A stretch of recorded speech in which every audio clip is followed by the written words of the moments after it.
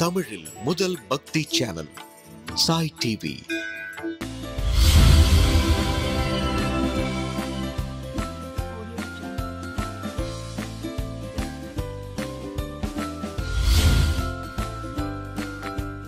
Dear செல்லக்குட்டீஸ், welcome to Sai டிவியின் சுட்டீஸ் நேரம்.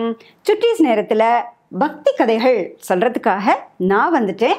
நீங்கள் எல்லாரும் ரெடியாக வந்துட்டீங்களா? உங்களோட கதை கேட்கறதுக்காக பெரியவங்களும் இருப்பாங்க இல்லையா? அவங்களுக்கு என்னுடைய வணக்கங்கள். ஓகே குட்டீஸ், இன்னைக்கு நாம் ராமாயணம் பக்தி கதைகளில் கேட்டுக்கிட்டு இருக்கோம் இல்லையா? ராமாயணத்தில் என்ன கேட்டுட்ருக்கோம் அப்படிங்கிறத யோசிக்க ஆரம்பிச்சிட்டிங்களா? அதுக்கு போகிறதுக்கு முன்னாடி நான் என்ன பண்ணுவேன், இன்னைக்கு நம்ம குட்டீஸில் யாரெல்லாம் பர்த்டே கொண்டாடுறாங்களோ அவங்க எல்லாருக்கும் சூப்பராக ஒரு விஷ் சொல்லிடலாம். இன்னைக்கு மட்டும்தானா அப்படின்னு கேட்குறீங்களா? அதான் இல்லை, வெள்ளிக்கிழமை, புதன்கிழமை, செவ்வாய்க்கிழமை, திங்கட்கிழமை, இப்படி எந்த நாளில் லாஸ்ட் வீக்லேருந்து இந்த வீக் வரைக்கும் பர்த்டே கொண்டாடின எல்லா குட்டீஸுக்கும் ஸ்பெஷலான இனிய பிறந்தநாள் நல்வாழ்த்துக்கள். ஓகேயா? ஹாப்பியா? சரி, கதைக்குள்ள போகலாமா? பக்தி கதைகள் ராமாயணத்துல நம்ம இப்ப என்ன கேட்டுக்கிட்டு இருக்கோம்? நல்லா யோசிச்சு சொல்லுங்க. எஸ், காண்டங்கள்னு நான் சொல்லியிருக்கேன், சர்க்கங்கள்னு சொல்லியிருக்கேன். வால்மீகி தான் ராமாயணத்தை நமக்காக கொடுத்தவர் அப்படின்னு சொல்லியிருக்கேன் இல்லையா? எஸ், அந்த வால்மீகி ராமாயணத்துல இப்போ நாம யுத்த காண்டம் கேட்டுக்கிட்டு இருக்கோம். யுத்த காண்டம் அப்படின்னா அது ரொம்ப அவசியமா? அது எதுக்கு எங்களுக்கு? சும்மா ஃபைட்டு தானே அப்படின்னு நினைக்கக்கூடாது. அது ஸ்ரீராமரது வெற்றியை சொல்லக்கூடிய காண்டம். எப்படி ராமர் அவ்வளோ பெரிய அரக்கனாகிய அந்த ராவணன் கூட இருக்கக்கூடிய அத்தனை பேரையும் மிக அழகாக அற்புதமாக அவரது சிறப்பான அவதார நோக்கமாகிய இந்த அரக்கர்களை அழிப்பதை செய்தார் அப்படிங்கிறத சொல்லக்கூடியதுதான் யுத்த காண்டம். ஆகையினால வெற்றி மட்டுமே இருக்காது, தோல்வியும் கலந்து இருக்கும் அப்படிங்கிறத சொல்வதாகத்தான் ஒவ்வொரு போரும் அமையும். எந்த வார் அப்படின்னு எடுத்துட்டாலுமே எல்லாமே அதில் இருக்கும். நம்ம வாழ்க்கைக்கு தேவையான சகல விஷயங்களும் ராமாயணத்தில் உண்டு. அதில் ஒன்று தான் இந்த யுத்த காண்டமும். இந்த யுத்த காண்டத்தில் பலரது வீரம், அதாவது பராக்கிரமம், அவங்களோட எவ்வளோ ஸ்ட்ராங் அவங்க அப்படிங்கிறத நாம் தெரிஞ்சுக்க முடியும். எப்படியெல்லாம் அந்த காலத்தில் இருந்திருக்காங்க, அரக்கர்கள் அப்படின்னு சொல்லப்பட்டவங்க எந்த அளவுக்கு ஸ்ட்ராங்காக இருந்திருக்காங்க, அதை எப்படி எதிர்த்தாங்க, எப்படி ராமர் லக்ஷ்மணர் எந்த விதமான ஒரு சப்போர்ட்டும் இல்லாமல், எந்த ஒரு நாட்டோட படைகளும் இல்லாமல் எப்படி அவ்வளோ வலிமை பொருந்திய ஒரு அரக்கனை அழித்தார் அப்படிங்கிறதையும் நம்ம தெரிஞ்சுக்கணும்னா கண்டிப்பாக யுத்த காண்டம் கேட்டு தானே ஆகணும். அதுக்காகத்தான் இதையும் நான் உங்களுக்கு ஆஸ் இட் இஸ் எப்படி வால்மீகி அவர்கள் எழுதியிருக்கிறாரோ அதே மாதிரியே உங்களுக்கு நான் கொடுத்துக்கிட்டு இருக்கேன். சரி, என்ன ஆச்சு இது வரைக்கும்? எஸ், அதாவது கும்பகர்ணன் அப்படிங்கிற ராவணனோட தம்பி. அந்த கும்பகர்ணன் ரொம்ப தூங்கிட்டே இருப்பான். அவனுக்கு பிரம்மாவிடம் இருந்து கிடைத்த சாபம். ஏன்னா அவன் போய் தேவர்களை ரொம்ப துன்புறுத்தினா, குறிப்பாக இந்திரனை ரொம்ப அடிச்சுட்டான். இந்திரன் எழுந்திருக்க முடியாமல் இருக்கும்பொழுது இவனுடைய இம்சை தாங்க முடியல. ஏன்னா அவன் தூங்கி எழுந்தானா எல்லாரையும் சாப்பிடுவானோ. அந்த அளவுக்கு ஒரு அசுர ஒரு பசி இருக்கக்கூடிய ஒரு அரக்கனாக இருந்தான் கும்பகர்ணன். அதனால கும்பகர்ணனை அடக்கி வைக்கணும் அப்படிங்கிறதுக்காக பிரம்மா அவனுக்கு ஒரு சாபம் கொடுத்தார். என்ன சாபம்? தூங்கிட்டே இரு, தூங்கிட்டே இருந்தால் இம்சையே இருக்காதுல்ல மனுஷங்களுக்கு அப்படின்னு சொல்லி ஒரு சாபம் கொடுத்து விட்டாரு. அப்போ தான் ராவணன் ரொம்ப ரிக்வெஸ்ட் பண்ணுறான், நீங்கள் அப்படி பண்ணக்கூடாது, என்னதான் இருந்தாலும் உங்கள் வழியில் வந்தவங்க தான் நாங்கள், புலஸ்தியரோட பேரர் தானே நாங்கள்லாம், அதனால எங்களுக்கு கொஞ்சம் கருணை காட்டக்கூடாதா அப்படின்னு ராவணன் கேட்டதுக்கு அப்புறமாகத்தான் அவர் என்ன சொல்கிறாரு, சரி 6 மாதம் தூங்கட்டும், தூங்கி எழுந்து பிறகு கொஞ்ச நேரம் முழிச்சிட்டு இருப்பான், அதுக்கப்புறம் திரும்ப தூங்க போயிடுவான், ஆனால் தூங்கி எழுந்தோடனே அவனுக்கு அகோர பசி இருக்கும் அப்படிங்கிற மாதிரி வார்த்தை கொஞ்சம் ஆல்டர் பண்ணி கொடுத்துட்டாரு பிரம்மா. அப்படிதான் இந்த கும்பகர்ணன் தூங்கி கொண்டிருக்கான். அவனை எழுப்புறாங்க, அவன் போருக்கு வரான். மிகப்பெரிய ஒரு மலை மாதிரியான அரக்கனாக இருக்கான். அவனை அழிச்சிடுறாங்க. யார் அழிக்கிறாரு? ஸ்ரீராமர் தான் அவனை வதம் செய்கிறார். அந்த அரக்கனை அழிப்பதும் ஸ்ரீராமர் தான். அவன் நல்லவன் தான். அதனால தான் ராமர் கையாலேயே அவனுக்கு நல்ல மோட்சம் கிடைத்ததாம் அந்த அரக்கனுக்கு, அந்த கும்பகர்ணனுக்கு. கும்பகர்ணனது மறைவு முடிஞ்சு போயிடுது. அதற்கு பிறகு ராவணனுடைய தம்பியாகிய மகாபார்ஷன், மகோதரன், அதுக்கப்புறம் ராவணனுடைய பசங்க நான் சொல்லியிருக்கேன் இல்லையா? அப்படி அந்த பசங்க எல்லாருமே வந்து ஒவ்வொருத்தராக வந்து அதிகாயனை பற்றி தான் நான் சிறப்பாக சொன்னேன். அதிகாயன் வந்து லக்ஷ்மணரால் கொல்லப்பட்டான். அதிகாயன் வந்து ரொம்ப தானிய மாலினியோட மகன். இதெல்லாம் நம்ம கடந்த வாரங்களில் போன எபிசோட்ஸில் நாம் பார்த்தோம். சரி, இப்போ என்னாச்சு? இப்போ பையெல்லாம் செத்து போயிட்டான். அடுத்தது வந்து முக்கியமான தளபதிகள் எல்லோரும் இறந்து போயிட்டாங்க. சரி, இப்போ ராவணனுடைய ஸ்டேட்டஸ் என்ன? ராவணன் எப்படி இருக்கான் அப்படின்னு கேட்டாக்க, ராவணன் ரொம்ப அப்செட்டாக இருக்கான். தலையில் கையை வச்சுன்னு அப்படியே உட்காந்துருக்கான். அடடா, இப்படி ஆயிடுச்சு நம்ம நிலைமை, நம்ம நினைக்கவே இல்லையே, நம்மளுடன் இருக்கக்கூடிய முக்கியமானவர்களை எல்லோரையும் நாம் பறிகொடுத்து விட்டோமே. கும்பகர்ணன் போயிட்டான், அடுத்தது நம்முடைய முக்கியமான தளபதிகள் போயிட்டாங்க. அவங்கள வைத்துக்கொண்டு நம்ம வந்து எவ்வளவு பெரிய வெற்றிகளை நாம் சம்பாதிச்சோம். தேவர் லோகத்துக்கு போனோம், குபேர லோகத்துக்கு போனோம், யமலோகத்துக்கு போனோம். யமனை வெற்றி கொள்ளுதல் என்பது எவ்வளோ பெரிய விஷயம். யமனை வெற்றி கொண்டு விட்டால் யாருமே நம்மக்கிட்டே வர முடியாது. இப்படிப்பட்ட பெரிய பெரிய வெற்றிகளை எல்லாம் நம்ம ஈட்டி கொண்டு வந்தோமே, ஆனால் ஸ்ரீராமரிடம் நம்மால் வெற்றி பெற முடியவில்லையே. அவ்வளோ பெரிய நாகாஸ்திரத்தினால நாகபாசத்தினால கட்டப்பட்டும் இப்படி ஜம்முன்னு எழுந்துட்டாங்களே இவங்க, என்ன காரணமாக இருக்கும் அப்படின்னு இப்போதான் ராவணன் யோசிக்க ஆரம்பிக்கிறானா. யோசிக்க ஆரம்பித்த உடனே அவன் நினைக்கிறானா, ஒருவேளை பகவான் ஸ்ரீமன் நாராயணரே ஸ்ரீராமராக வந்திருக்கிறாரோ அப்படின்னு ராவணன் முதல் முறையாக நினைக்க ஆரம்பிக்கிறானா. நம்ம தான் தப்பு பண்ணிட்டோமோ, நம்முடைய எதிரியை வந்து நம்ம ரொம்ப மிக லேசாக எடை போட்டு விட்டோமோ, அது ரொம்ப தவறுன்னு நினைக்கிறேன்.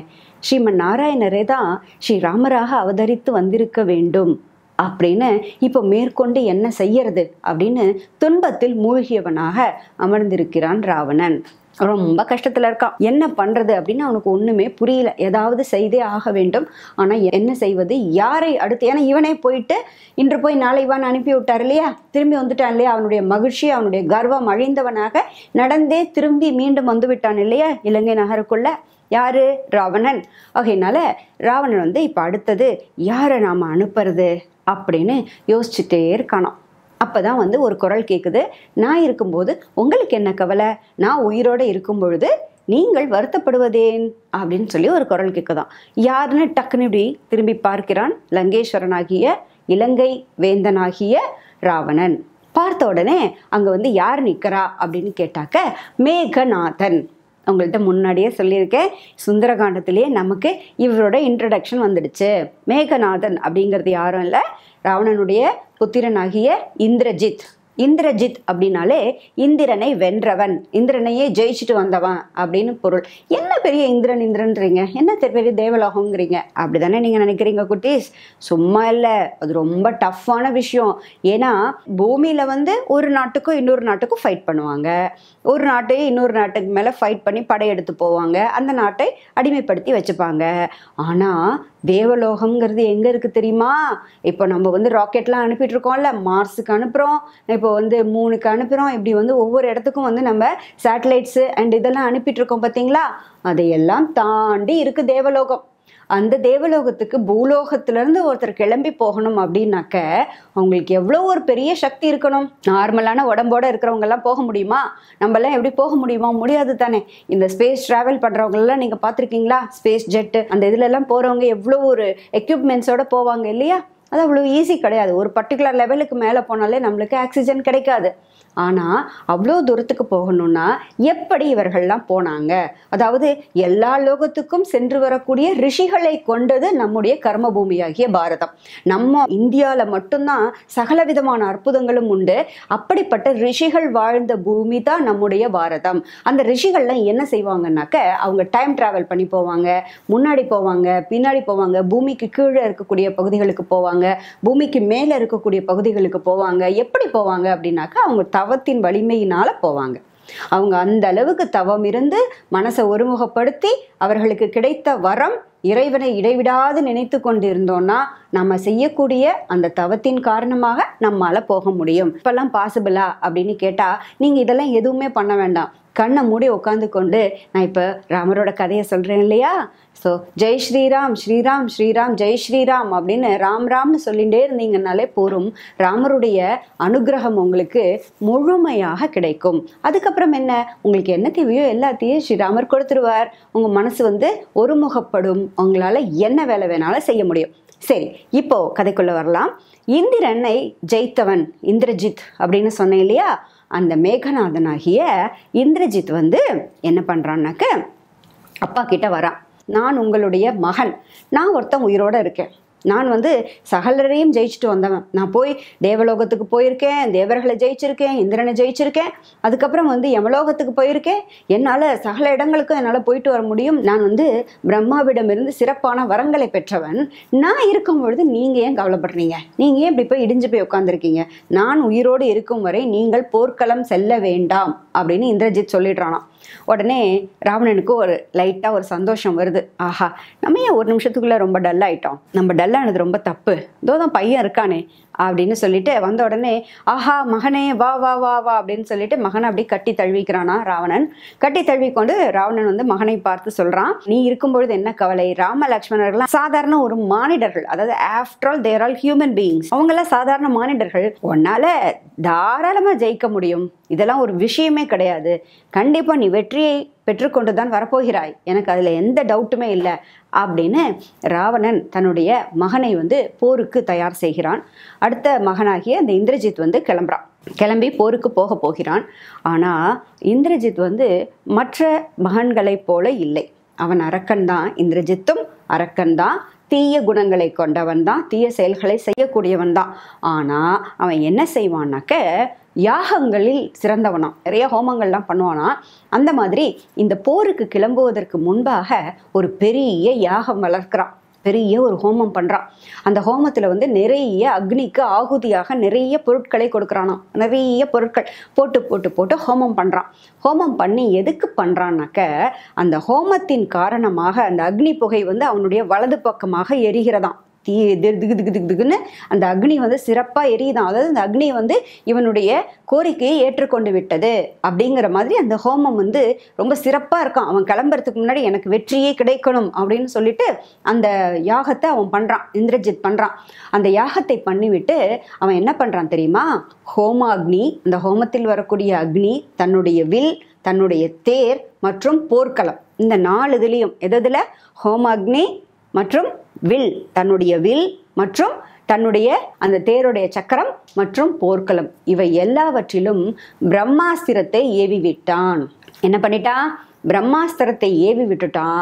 அதுக்காகத்தான் அவன் அந்த ஹோமத்தையே செய்திருக்கிறான். இப்போ பிரம்மாஸ்திரத்தின் மூலமாகத்தான் தான் வெற்றி பெறணும் அப்படிங்கிறதுக்காக பிரம்மாஸ்திரத்தை கடைசியாக தான் எடுப்பாங்க. நான் உங்கள்கிட்ட முன்னாடியே சொல்லியிருக்கேன், பிரம்மா கொடுக்கக்கூடிய மிகவும் பவர்ஃபுல்லான அஸ்திரம், இன்னைக்கு நாம் பார்க்கக்கூடிய நியூக்ளியர் வெப்பன்ஸ், எவ்வளவு வந்து பவர்ஃபுல்லான நியூக்ளியர் வெப்பன்ஸ் இருக்கோ அதுக்கு ஈக்குவலானது இந்த பிரம்மாஸ்திரம். அன்றைக்கு இருந்த பல அஸ்திரங்கள் எல்லாமே நியூக்ளியர் வெப்பன்ஸ் மாதிரி அவ்வளோ வந்து பவர்ஃபுல், அது ஃபுல்லாக அழிச்சிடும், கம்ப்ளீட்டாக அழிச்சிடும். அந்த மாதிரியான பிரம்மாஸ்திரத்தை அவன் வந்து இந்த 4 விஷயங்களிலும் அவன் வந்து இருக்க மாதிரி பார்த்துட்டானான். சகல விதமான தெய்வங்களையும் வணங்கி விட்டு அவன் போருக்கு செல்கிறான். எப்படி போறான் அப்படின்னு கேட்டாக்க, நல்ல குதிரைகள் பூட்டின தேர்ல தான் இவன் கிளம்பி போறான். ஆனால் கூடவே பல அரக்கர்கள் போகிறாங்க.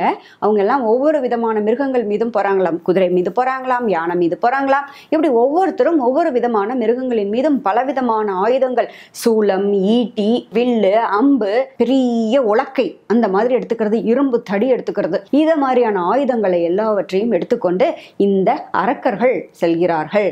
சரி, அப்போ நம்ம வானரர்களுக்கு என்ன ஆயுதம் உங்களுக்கு ஞாபகம் இருக்கா? நான் சொல்லியிருக்கேன் இல்லையா, வெறும் பாறைகளும் மரங்களும் மட்டுமே நம்முடைய வானரர்களுக்கான ஆயுதங்களாக இருக்கு. இப்போ இந்த வானரர்களுக்கும் அரக்கர்களுக்கும் சண்டை வருது. சரி, வந்தானே இந்திரஜித்து என்ன பண்ணாம அப்படின்னு கேட்டாக்க, அவன் நேரா ஆகாயத்துல போயிட்டானாம். எங்கே போயிட்டானா, ஸ்கைக்கு தாவிட்டான். அவன் வந்தவன் வந்து கீழே வரல, இப்படி ஒன்றுக்கு ஒன்று இப்படி சண்டை போட்டால் தானே நம்மளால அவனோட ஃபைட் பண்ண முடியும். ஆனால் அவன் அப்படி நேராக கிரவுண்டில் வரல. அவன் எங்கே போயிட்டான் தெரியுமா, அப்படி மேலே ஆகாயத்தில் தாவிட்டானா. அவன் வந்து ஸ்கைக்கு தாவிட்டான். ஸ்கைக்கு தாவி மேகங்களுக்கு இடையில வந்து மறைஞ்சுட்டான். மேகங்கள் இருக்குது பார்த்தீங்களா, மேலே கிளவுட்ஸ் எல்லாம் பார்ப்போம் இல்லையா, அந்த கிளவுட்ஸுக்கு இடையில போய் மறைந்து கொண்டு விட்டானாம் இந்த மேகநாதனாகிய இந்திரஜித். மறைந்து கொண்டு அங்கிருந்து அரக்கர்களை பார்த்து அவன் சொல்லிகிட்டே இருக்கான், இன்ஸ்ட்ரக்ஷன் கொடுத்துட்டே இருக்கான். விடாதீங்க, அங்கே பாருங்க வராங்க, இங்கே பாருங்க வராங்க, இவங்க மேலே வேல்களை பாய்ச்சுங்கள், அவங்க மேலே அம்பு விடுங்க அப்படின்னு மேலேருந்து இன்ஸ்ட்ரக்ஷன் கொடுத்துட்டே இருக்கான். மறைந்து இருந்து தாக்குவதில் வல்லவன் ஆகியவன் இந்த இந்திரஜித். இதை முன்னாடியே நான் உங்களுக்கு சொல்லியிருக்கேன். அவனோட வேலையே எப்போவுமே வந்து டைரெக்டாக அவன் ஃபைட் பண்ணவே மாட்டான். கண்ணுக்கு தெரியாமல் மறைந்திருந்து தான் தாக்கக்கூடியவனாக இருக்கிறான் இந்த இந்திரஜித். அதே மாதிரி இந்திரஜித் வந்து அந்த வானத்தில் மேகங்களுக்கு இடையில இருந்து அங்கிருந்து அம்பு மாதிரி பொழிகிறானாம். அதாவது அம்புக்களை வந்து மழை மாதிரி பொழிகிறானாம். எப்படி வந்து ஒரு அம்புனா ஒரு அம்பு வந்து விழுந்தா பரவாயில்ல, 1000 அம்பு வந்து மேலேருந்து வந்தால் என்ன பண்ணுறது? கண்ணுக்கே தெரியாத இடத்துல இருந்து ஈட்டிகள் வந்தால் எவ்வளோ பெரிய சேதம் உண்டாகும் இல்லையா? அப்படித்தான் மேலிருந்து வந்து பலவிதமான ஆயுதங்களின் மூலமாக தாக்குகிறான், போர் செய்கிறான். அவன் என்ன யூஸ் பண்ணுறான்? பிரம்மாஸ்திரத்தை யூஸ் பண்ணுறான். அப்போது மறைந்திருந்து தாக்கக்கூடியது தான் இந்திரஜித்தினுடைய வேலையாக இருக்குது. அவன் பிரம்மாஸ்திரத்தை கொண்டு தாக்க ஆரம்பிக்கிறான். உடனே மலைகள்லாம் நடுங்குதான், சூரியன் சந்திரன்லாம் நடுங்குதான், கோள்கள்லாம் நடுங்குதான். அவ்வளோ பெரிய ஒரு அமர்க்களம் அந்த யுத்த களத்தில் யுத்த பூமியில் நடக்குதான். இப்பொழுது ராமர், லக்ஷ்மணர், விபீஷணர், சுக்ரீவன், ஆஞ்சநேயர், ஜாம்பவான் இப்படி எல்லாரும் பார்த்து கொண்டிருக்காங்க. அந்த பக்கம் வந்து வானரர்கள் அரக்கர்களுக்குள்ள சண்டை நடக்குது. எங்கிருந்து வருதுன்னே தாக்குதல் தெரியல. மேலிருந்து இந்திரஜித் விடாமல் தாக்குதலை நடத்தி கொண்டிருக்கிறான். அப்பொழுது பிரம்மாஸ்திரத்தின் மூலமாக அத்தனை வானரர்களையும் கட்ட ஆரம்பிச்சுட்டானாம். பிரம்மாஸ்திரத்தை விட்டுட்டான். பிரம்மாஸ்திரத்தை விட்டுட்டாக்கா அவ்வளவுதான், எல்லாரும் சக்தி இல்லாம, நான் சொன்னேன் இல்லையா உங்களுக்கு நியூக்ளியர் வெப்பன் வந்தா என்ன ஆகும்னாக்க எல்லாரும் தொப்பு தொப்பு தொப்பு தொப்புன்னு கீழே விழுந்துருவாங்க. அந்த மாதிரியான ஒரு வெப்பன் பிரம்மாஸ்திரம். அப்படிங்கிறதுனால அந்த பிரம்மாஸ்திரத்தின் காரணமாக அத்தனை வானரர்களும் இறப்பவர்களாகவும் மூர்ச்சையானவர்களாகவும் மயக்கம் அடைந்தவர்களாகவும் தொப்பு தொப்பு தொப்பு தொப்புன்னு கீழே கீழே எல்லாரும் வரிசையா விழுந்துடுறாங்க. யாராலையும் எழுந்திருக்க முடியல, யாருமே ஆக்டிவா இல்லை. இப்படி ஒரு அம்பை எடுத்து விட்டான்னு வச்சுக்கோங்களேன், ஒரு அம்பை விட்டானா அந்த அம்பு 1000 அம்பாக போகுது. அந்த 1000 அம்புலையும் அவன் வில்லிலேயே அவன் பிரம்மாஸ்திரத்தை வச்சிருக்கான் இல்லையா, அதனால அவன் எந்த பகுதியை பார்த்து விடுறானோ அந்த பகுதியில் இருக்கிறவங்க எல்லாரும் அப்படியே சாஞ்சிடுறாங்க. இது மாதிரி ஒவ்வொருத்தராக அடிபட்டுடுறாங்க. இப்பொழுது ராமர் கிட்ட வந்து வானரர்கள் எல்லாம் வந்து கம்ப்ளைண்ட் பண்றாங்க, சுவாமி எங்களால முடியல, இவன் வந்து பிரம்மாஸ்திரத்தை கொண்டு வந்து எங்கள் மீது தாக்கி கொண்டே இருக்கிறான், எங்களால சமாளிக்கவே முடியல அப்படின்னு வானரர்கள்லாம் வந்து ரொம்ப கதறாங்க ஸ்ரீராமரை பார்த்து. அப்பொழுது லக்ஷ்மணன் வந்து கோபப்படுறான், நான் அவனை அழுத்து விடுகிறேன், அவனை நான் விட மாட்டேன் அப்படின்னு லக்ஷ்மணர் வந்து கோபப்படுறாராம். கோபப்பட்ட உடனே ஸ்ரீராமர் என்ன சொல்றார் தெரியுமா? இது பிரம்மாஸ்திரம். இந்த பிரம்மாஸ்திரத்தை வந்து அவன் தன்னுடைய எல்லா வகைகளிலும் அவன் வந்து ஏவி விட்டு கொண்டிருக்கான். இந்த பிரம்மாஸ்திரத்திற்கு நாம கட்டுப்பட்டு தான் ஆகணும், வேற வழி கிடையாது லக்ஷ்மணா. ஆகையினால நாம இந்த பிரம்மாஸ்திரத்தை ஏற்றுக்கொண்டு வீழ்ந்து விட்டோம் என்றால் அவன் இலங்கைக்கு சென்று விடுவான். அவனோட டார்கெட்டு நம்ம 2 பேர் தான், சரியா? ஆகையினால அவன் வந்து நம்மை அழிக்கணும் அப்படிங்கிறதுக்காக தான் மறைந்திருந்து தாக்கி கொண்டிருக்கிறான். மற்றவர்கள் கஷ்டப்படக்கூடாதுன்னா நாம 2 பேரும் அந்த பிரம்மாஸ்திரத்திற்கு கட்டுப்பட வேணும். நம்ம வந்து எதிர்த்து போராடக்கூடாது. அவர்கிட்ட இல்லாத அஸ்திரமா? அவரும் அந்த பிரம்மாஸ்திரத்தை எதிர்த்து விட்டார்னா என்ன ஆகும்? உலகமே அழிஞ்சு போயிடும், அந்த பூலோகமே அழிஞ்சு போயிடும். அது வந்து அதற்காக ராமாவதாரம் நிகழவில்லை அல்லவா? ராமாவதாரத்தோட காரணம் என்ன? அரக்கனை அழிக்க வேண்டும், தப்பு பண்றவனை அழிக்கணும், பனிஷ் பண்ணணும். அதுக்கு தான் அவர் வந்திருக்காரே தவிர உலகத்தை அழிக்கிறதுக்காக அவர் வரல. அதனால தான் ராமர் வந்து பிரம்மாஸ்திரத்தை எடுக்கவில்லை. அவர் என்ன சொல்றார்? அந்த பிரம்மாஸ்திரத்திற்கு நாம கட்டுப்படுவோம் லக்ஷ்மணா, அதை ஏற்றுக்கொண்டு நாம கீழே வீழ்ந்தோம் என்றால் அவன் இலங்கைக்குள் சந்தோஷமாக திரும்பி போயிடுவான். திரும்பி போயிட்டாக்க பல சேதங்கள் வந்து குறையும். ஆகையினால நம்ம தான் அவனோட டார்கெட்டு, நம்ம அக்செப்ட் பண்ணிப்போம் அப்படிங்கிறாராம். உடனே லக்ஷ்மணரும் அமைதியாக இருக்கிறார். பெருமாளே சொன்னதுக்கு அப்புறம் அவர் என்ன சொல்ல போறார்? ஆதிசேஷன் தானே லக்ஷ்மணராக அவதரிச்சிருக்காரு இல்லையா? அதனால லக்ஷ்மணரும் அமைதியாக அப்படியே ஆகட்டும் அண்ணா அப்படின்னு கேட்டுக்கிறாராம். இப்பொழுது அவன் எய்ம் பண்ணபடி டைரக்டா வந்து ராமர் லக்ஷ்மணர் மீது அந்த பிரம்மாஸ்திரத்தை, அந்த அம்புகளை ஏவி விடுறான். இப்போ ராமர் லக்ஷ்மணர் கீழே விழுந்துடுறாங்க, தப்புன்னு கீழே விழுந்துடுறாங்க. விழுந்த உடனே இப்போ மேகத்திலேருந்து வெளியில வரானா யாரு? இந்திரஜித்து. வெளியில வந்த உடனே அவன் மற்ற வானரர்கள்லாம் விழுந்து கிடக்காங்க. எல்லாரும் அப்படியே கீழே விழுந்துட்டாங்க, சகலவரும் விழுந்துட்டாங்க. உடனே அரக்கர்கள்லாம் ஹோ ஹோ ஹோ ஹோ ஹோன்னு கத்துறாங்க. இப்பொழுது அவர்களை வந்து உற்சாகப்படுத்துறானா யாரு? இந்த இந்திரஜித்து. உற்சாகப்படுத்திட்டு வாங்க நம்ம போகலாம் அப்படின்னு சொல்லிட்டு அவன் நேர திரும்ப இலங்கைக்குள்ள போயிடுறான். போய் அப்பா கிட்ட விஷயத்த சொல்லணும் இல்லையா? நான் ராமர் லக்ஷ்மணரை அழித்து விட்டேன் அப்படின்னு சொல்லணும்ல. முன்னாடி இப்படி தானே பண்ணான், நாகஸ்திரத்தை ஏவி விட்டு நாகபாசத்தின் மூலமாக அவர்களை வந்து கீழே விழ வச்சான் இல்லையா? இப்பொழுதும் நான் வந்து அவர்களை வீழ்த்தி விட்டேன், அவர்களால் எழுந்திருக்கவே முடியாது, பிரம்மாஸ்திரத்துக்கு அவங்க அடிபட்டு கீழே விழுந்துட்டாங்க அப்படின்ற விஷயத்தை சொல்லணும் அப்படிங்கிறதுக்காக அவன் இலங்கைக்குள்ள போயிடுறான். இப்போ ராமர் லக்ஷ்மணர் இருவரும் பேச்சு மூச்சே இல்லாம கீழே கிடக்காங்க. இப்போ சுற்றி யாரெல்லாம் இருக்காங்க? சுக்ரீவன், நலன், நீலன், விருபாக்ஷன், இந்த மாதிரி முக்கியமான ஒரு 4-5 பேர், அங்கதன், இவர்கள்லாம் சுற்றி இருக்காங்க. அவர்களை அவன் டார்கெட் பண்ணவே இல்லை. அவனுடைய டார்கெட் ராமலக்ஷ்மன். ராமலக்ஷ்மன் அதானே சொல்றாங்க, மற்றவர்கள் நல்லா இருக்கணும்னா நம்ம அதை வாங்கிப்போம் அப்படிங்கிறார் இல்லையா? அதானே பகவானுடைய சிறப்பு. அதனால அவர் என்ன பண்றாரு, அதை வாங்கிட்டு கீழே விழுந்த உடனே சுற்றி எல்லோருமா கவலையோட நிக்கிறாங்க. ஐயோ என்னடா இப்படி கிடக்காங்களே இப்படி கிடக்காங்களே அப்படின்னு நிற்கும் பொழுது விபீஷணர் வந்து சொல்கிறாராம், நீங்கள் இவரை பார்த்து வருத்தப்பட வேண்டாம், அவர்களாகத்தான் பிரம்மாஸ்திரத்திற்கு கட்டுப்பட்டு இவ்விதமாக கிடக்கிறார்கள். அவர்களை வந்து யாராலையும் எதுவும் செய்ய முடியாது. அதனால நீங்க கவலையே பட வேண்டாம். அவர்கள் பிரம்மாஸ்திரத்துக்கு கட்டுப்பட்டு தான் இருக்காங்க. தானே மூர்ச்சையிலிருந்து எழுந்து விடுவார்கள். நீங்க வருத்தப்பட வேண்டாம்னு ஆறுதல் சொல்றாராம் விபீஷணர். சொன்ன உடனே ஆஞ்சநேயர் சொல்றாராம் விபீஷணர்கிட்ட, வாங்க நம்ம இந்த போர்க்களத்தையே சுற்றி வருவோம், யார் யார் இருக்காங்க, யார் யாருக்கு என்னென்ன மாதிரியான சேதங்கள் விளைஞ்சிருக்குங்கிறத நம்ம பார்ப்போம் அப்படின்னு கையில ஒரு விளக்கு எடுத்துக்கிறாங்களாம். விபீஷணரும் ஆஞ்சநேயரும் இருவருமாக இணைந்து அந்த போர்க்களத்தையே சுத்தி வராங்களாம். எந்தெந்த மாதிரியான வானர வீரர்கள்லாம் யார் யாரெல்லாம் கீழே விழுந்திருக்காங்க அப்படிங்கிறத பார்ப்பதற்காக கையில் விளக்குடன் இருவருமாக சுற்றி சுற்றி வருகிறார்களாம். அப்படி சுற்றி வரும்பொழுது அந்த இடத்துல ஜாம்பவானை பார்க்கிறார்கள். ஜாம்பவான் நான் உங்கள்கிட்ட முன்னாடியே சொல்லியிருக்கேன் இல்லையா? ஜாம்பவான் பல இடங்கள்ல நான் உங்களுக்கு ஜாம்பவானை பத்தி எக்ஸ்பிளைன் பண்ணியிருக்கேன். சுக்ரீவனோட இருக்கக்கூடியவர் ஜாம்பவான் என்பவர். கரடிகளின் தலைவன் தூம்ரன், ஜாம்பவான் இருவரும் ரொம்ப முக்கியமானவர்கள். கரடி கூட்டம், பெரிய கரடி கூட்டமே உண்டு. அந்த கரடிகளின் தலைவன் தான் ஜாம்பவான். அவர் மிகச்சிறந்த பாகவதர், அதாவது அவர் வந்து மிகச்சிறந்த விஷ்ணு பக்தர். ஜாம்பவான் என்பவர் மிகச்சிறந்த விஷ்ணு பக்தர். அவர் பலவிதமான சக்திகளை உடையவர். பிரம்மாவிடமிருந்து நேரடியாக வந்தவர் ஜாம்பவான் அப்படின்னு சொல்றது இந்த ராமாயணம்.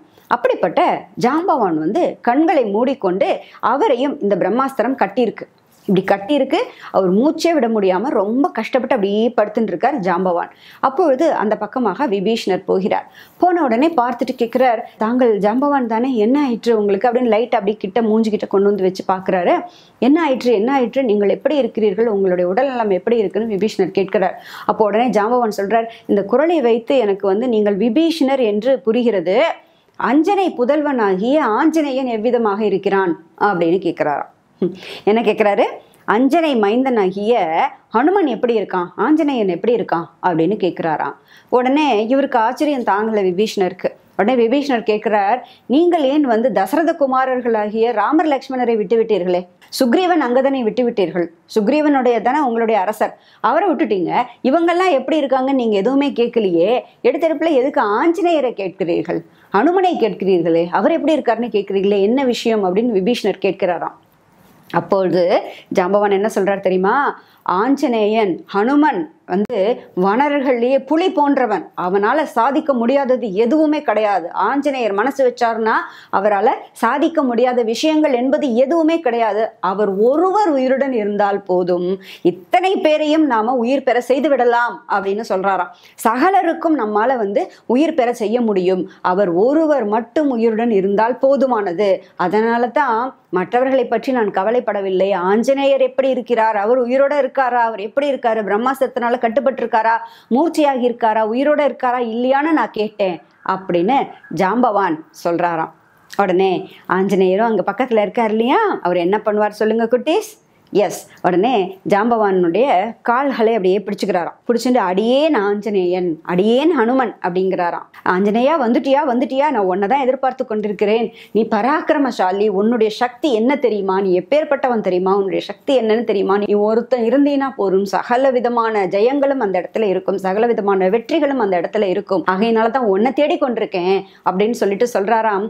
நீ செய்ய வேண்டிய வேலை ஒன்று இருக்கிறது ஹனுமனே அப்படின்னு சொல்லிட்டு, நீ இங்கிருந்து கிளம்பி இமயமலை செல்ல வேண்டும் அப்படிங்கிறாராம். அங்கே ரிஷபமலை, கைலாய மலை, 2 மலைகள் இருக்கின்றன. இந்த 2 மலைகளுக்கு நடுவில் ஒரு மலை இருக்கிறது. 2 மலைகளுக்கு நடுவில் ஒரு மலை இருக்கிறது. அந்த மலையிலிருந்து 4 விதமான மூலிகைகளை நீ கொண்டு வர வேண்டும். அது என்னென்ன அப்படின்னாக்க, மிருத்யு சஞ்சீவினி மற்றும் சில 4 விதமான சாந்தினி, விசல்யகரணி, இப்படி 4 விதமான மூலிகைகள் பெயர்களை சொல்கிறாராம். இந்த 4 விதமான மூலிகைகளை கொண்டு வருவது என்பது உன்னால் மட்டுமே முடியும். இந்த மிருத்யு சஞ்சீவினி அப்படிங்கிற மூலிகை வந்து இறந்தவர்களை உயிர் பெற செய்யும். அப்படின்னு சொல்லிட்டு விசல்ய கரணி அப்படிங்கக்கூடிய மூலிகை வந்து எங்கெங்கெல்லாம் வந்து உடம்புல வந்து கட்டாயிருக்கோ, யாருக்கு உடம்புல வந்து இப்போ கை கால் இப்படிலாம் ஏதாவது பார்ட்ஸ் கட்டாயிருந்ததுன்னா அதை சேர்க்கறதுக்கு உதவும். அப்புறம் மயக்கமடைந்தவர்களை எழுந்திருக்க செய்யும், மூர்ச்சையானவர்களை எழுந்திருக்க செய்யும், நீண்ட ஆயுளை கொடுக்கக்கூடியதாக இருக்கும். இப்படிப்பட்ட மூலிகைகள் வந்து அந்த மலையின் மேலே இருக்கு. அந்த மூலிகைகளை கொண்டு வந்தா மட்டும்தான் இவர்கள் அத்தனை பேரையும் உன்னால் காப்பாற்ற முடியும். நீ மட்டுமே இதை செய்ய முடியும். ஆகையினால நீ தான் போகணும் அப்படின்னு ஜாம்பவான் சொல்றாராம். உடனே ஹனுமான் என்ன பண்ணுவாரு? நாளைக்கு பார்க்கலாமா குட்டீஸ்? அது வரைக்கும் நீங்க சேஃபா இருக்கணும், சமத்தா இருக்கணும், எனக்காக காத்துக்கிட்டே இருக்கணும். நாளைக்கு நாம திரும்ப சுட்டீஸ் நேரம் பக்தி கதைகள்ல இந்த ராமாயணத்துல இவர் ஹனுமன் என்ன செஞ்சாரு அப்படிங்கிறத, ராமர் எழுந்தாரா இல்லையா, லக்ஷ்மணர் எழுந்தாரா இல்லையா பார்க்கலாமா? அது வரைக்கும் எனக்காக வெயிட் பண்றீங்களா? நான் இப்ப என்ன சொல்ல போறேன்? டாடா, பாய். சாய் டிவி நிகழ்ச்சிகள் உங்களுக்கு பிடிச்சிருக்கா? லைக் பண்ணுங்க, ஷேர் பண்ணுங்க, கமெண்ட் பண்ணுங்க, சப்ஸ்கிரைப் பண்ணுங்க, பக்கத்துல இருக்கிற பெல் சிம்பலை பிரஸ் பண்ணுங்க.